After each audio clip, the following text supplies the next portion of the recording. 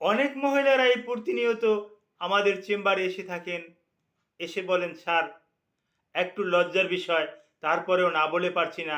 দীর্ঘদিন যাবৎ আমার বাম স্তনে অথবা ডান স্তনে প্রচণ্ড ব্যথা করে এবং স্তনটা ফুলে থাকে। এই ব্যথার কারণে শরীরে জ্বর আসে। এই ব্যথার কারণে খাবার দাবারে তেমন একটা রুচি পাচ্ছি না, ভালো একটা ঘুম হচ্ছে না এবং স্বামী স্ত্রী যে একটা ইন্টারকোর্স করব এরকম একটা মন মানসিকতাও থাকছে না। স্যার এ ব্যাপারে যদি একটু আমাকে চিকিৎসা করতেন তাহলে খুব একটা উপকৃত হতাম। জি, চিকিৎসা বিজ্ঞানের ভাষায় এটাকে আমরা স্তনের ব্যথা বা মাস্টালজিয়া বলি। এখন এই মাস্টালজিয়াটা কী এবং এই স্তনের ব্যথাটা কী এবং এটা কেন হয়, এর ওষুধ কী, এর ট্রিটমেন্ট কী, এই ব্যাপারে আমি বিস্তারিত আলোচনা করব। আলোচনাটি মনোযোগ সহকারে শুনুন। আসসালামু আলাইকুম রহমতুল্লাহি ওয়া বারাকাতুহু। আমি ডাক্তার মীর শহীদুল ইসলাম। আমার চেম্বার শুভেচ্ছা 255, ঐতিহ্যবাহী শেখঘাট, সিলেট। জি, গুগলে গিয়ে ডাক্তার মীর শহীদুল ইসলাম কথাটি লিখে সার্চ দিলে আপনি আমার সম্পর্কে বিস্তারিত তথ্য পেয়ে যাবেন।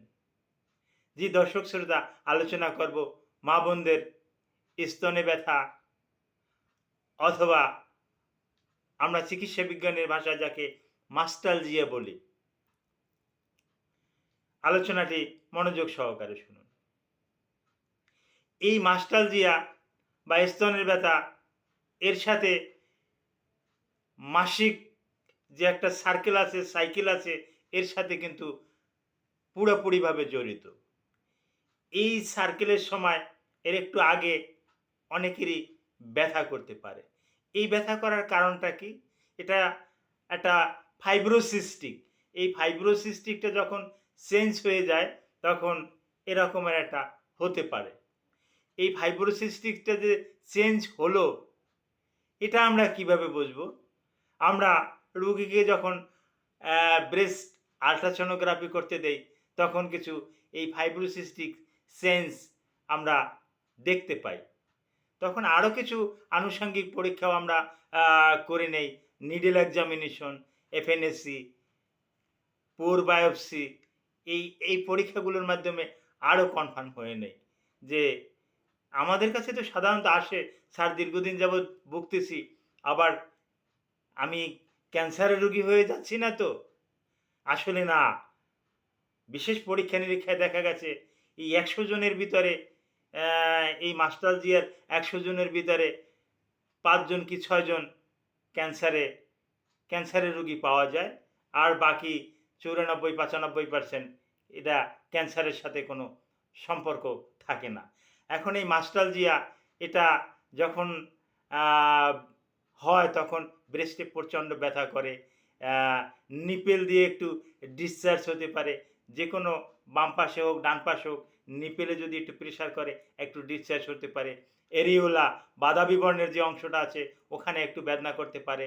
অ্যা এই জায়গাটাকে বলি আমরা এক্সিলা, এক্সিলায় বেদনা করতে পারে। এই সমস্যাগুলো নিয়েই আমাদের কাছে কিন্তু রোগীরা কিন্তু এসে থাকেন। আর এই সমস্যাগুলো যখন আসে এগুলা কিন্তু আমরা ফিজিক্যাল এক্সামিনেশনের মাধ্যমেই কিন্তু অনেকটা বুঝতে পারি যে আসলে কোথায় কি, কিভাবে কি, কোথায় কি। অথবা রুগীকেও বলি যে আপনি একটু মিররের কাছে যান। অর্থাৎ মিরর মানে আয়নার কাছে যান। আয়নার কাছে গিয়ে আপনি একটু সেলফ এক্সামিনেশন করেন। এই সেলফ এক্সামিনেশনেও নিয়মটা আমরা দেখাই দেই।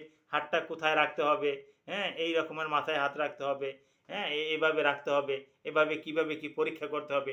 এই নিয়মকানুনটা আমরা কিন্তু রুগীদেরকে শিখিয়ে দেই। রুগীরাও কিন্তু মাসে, মাসে কিন্তু এটা পরীক্ষা করে বা কোনো রুগী মাসে ২ বারও পরীক্ষা করতে পারে। এরকমের আমরা নির্দেশিকা কিন্তু দিয়ে থাকি। আর রুগীদের কিছু উপদেশ দেই যে এই মাস্টালজিয়া হলে আপনি একেবারে ক্যাফেইনযুক্ত খাবার, কফি, চা, তারপর বেশি ফ্যাটযুক্ত খাবার, তৈলাক্ত খাবার এগুলো সম্পূর্ণরূপে বর্জন করবেন।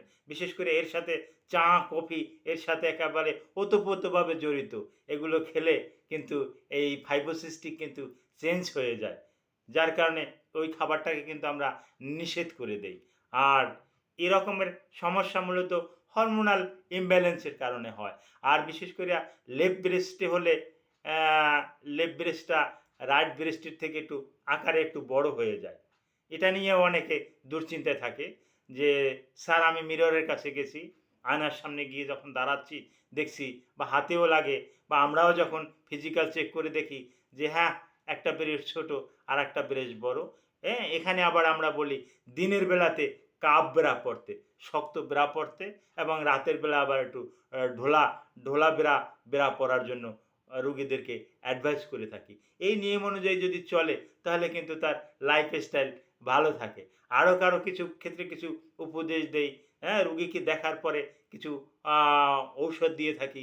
সেই ঔষধগুলোর ভিতরে ক্যাবারগুলিন দিয়ে থাকি 500 মাইক্রোগ্রাম উইকলি, সপ্তাহে 500 মাইক্রোগ্রাম। এভাবে 2 মাস যদি ক্যাবারগুলিন যদি খায়, একটা ভালো একটা পজিশনে যায়।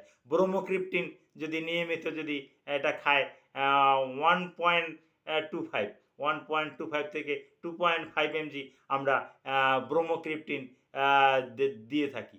ব্রোমোক্রিপ্টিনেও ভালো একটা রেসপন্স পাওয়া যায়। তারপর আরও কিছু আনুষঙ্গিক আরও কিছু ওষুধ আছে, এগুলোও আমরা সাথে সাথে দিয়ে থাকি। যেমন evening evening primrose oil, evening primrose অয়েলটাও কিন্তু এই ফাইব্রোসিস্টিক সেন্স মাস্টালজিয়া বা ব্রেস্ট পেইন এর জন্য কিন্তু ভালো একটা আমরা রোগীদেরকে দিয়ে একটা রেসপন্স পাই। তো ইভিনিং প্রিমরোজ অয়েলটাও কিন্তু চয়েস অফ ড্রাগ ফর মাস্টালজিয়া। আর এই মাস্টালজিয়া বা ব্রেস্ট পেইন এর উপরে যদি আপনাদের আরও কোনো কিছু তথ্য জানার থাকে এই ভিডিওর কমেন্ট বক্সে কমেন্ট করবেন, আমি আপনাদেরকে বিস্তারিত জানিয়ে দেব। Thank you all.